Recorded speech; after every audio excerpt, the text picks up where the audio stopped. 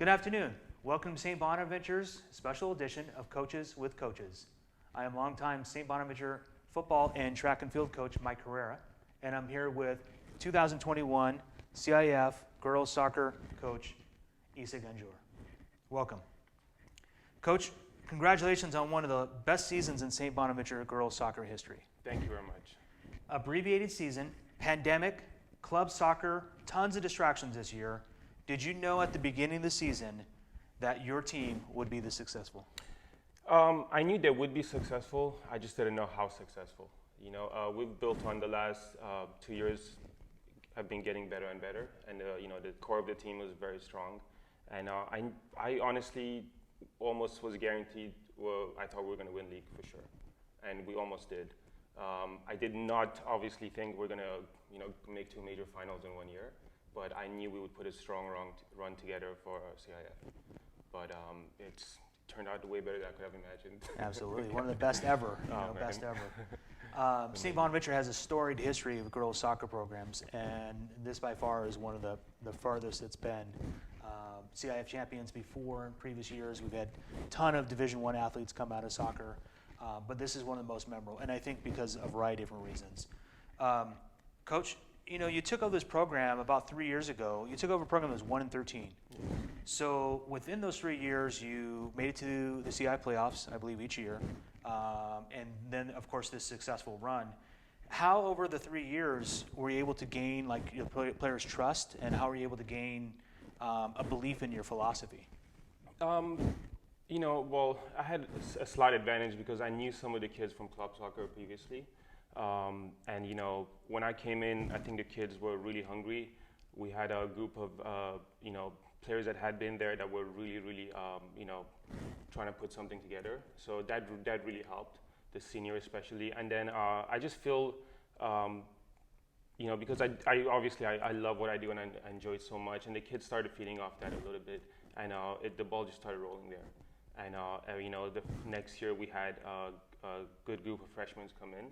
And I had a lot of support and help from the school, and alumni coming in to help, and obviously the coaching staff. Talk about adversity, Coach, right? We talked about the pandemic. We talked about its abbreviated season, right? You're trying to, work your schedule with club programs, the girls and playing multiple sports. But the biggest adversity, I think, is when your CIF state run was injuries.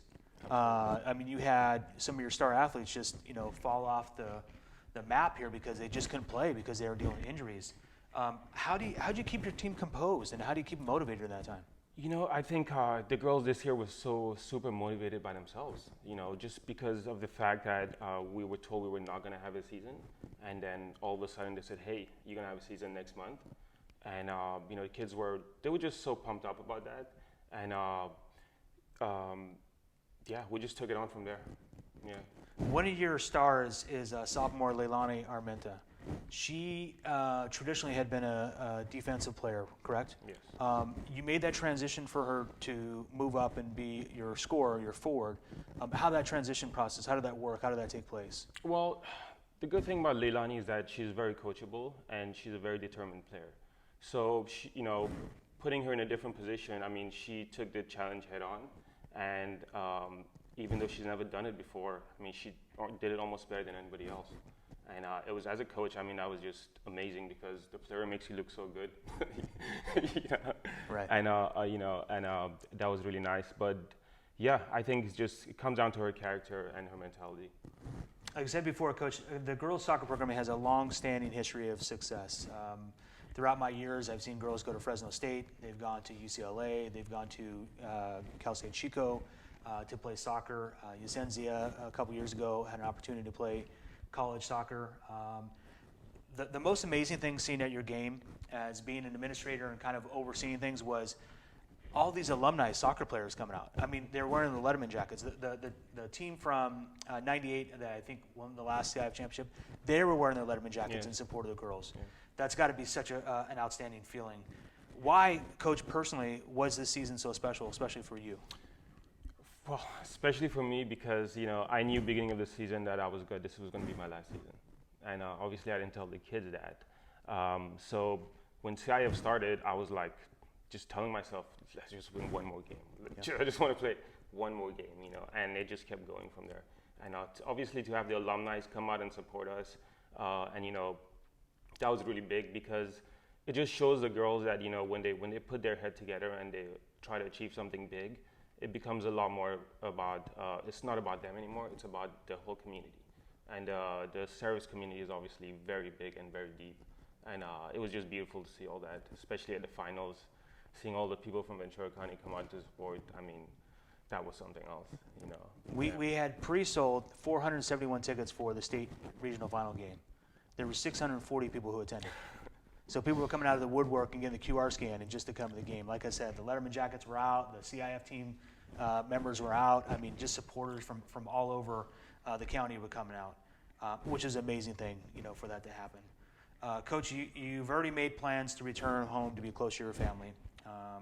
So I know, unfortunately, you're leaving a team that is very talented, very young, and there's a lot of expectations next year for them to make another run.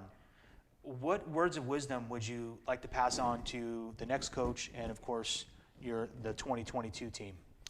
I would tell them to stay brave and don't shy away from challenges.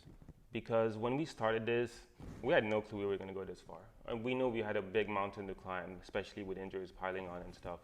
But it's one of the most beautiful things to see when they really, really get together and say, what, we're going to make this go a bit longer. And they were just brave at every game.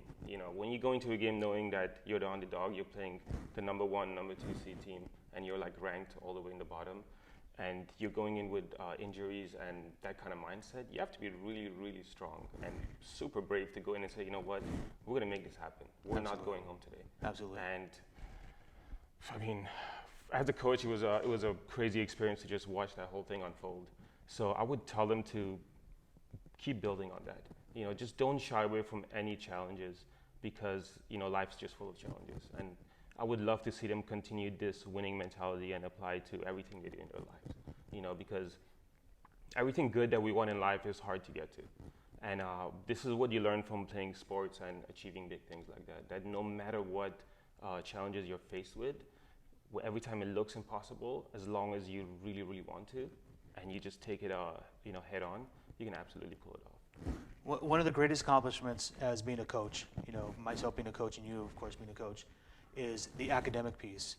Your girls, academically, had one of the strongest academic classes ever in St. Bonaventure history. I think every single girl, except for maybe one, had a GPA over 3.4. That's outstanding, Coach. So that means that you're bringing the academic integrity along with the athletic integrity.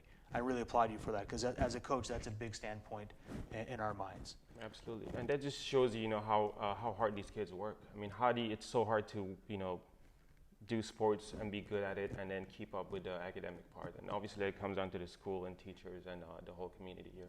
So that's very nice to see. I was putting the awards together earlier, and almost like you said, everybody had an academic award to go with. I was like, what's going on? Yeah, I know. It's amazing to be in that spot. It was just amazing, yeah.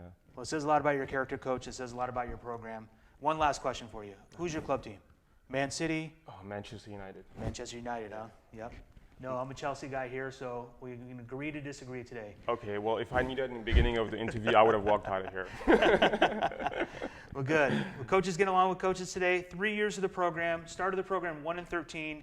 Had a tremendous turnaround. 8 wins in his next year. Reached the quarterfinals. Second place in league, again in the CIF qualifiers. And then this year takes a tremendously young, talented team. Not only CIF champions, they're going to get their rings here pretty soon, but the girls are also made it to the CIF state game, runner-up. Fantastic job. Coach, I appreciate your time today. Thank you very much. Yeah, thank you, and have safe travels, and we wish you the best. Thank you so much. Thank you for having me.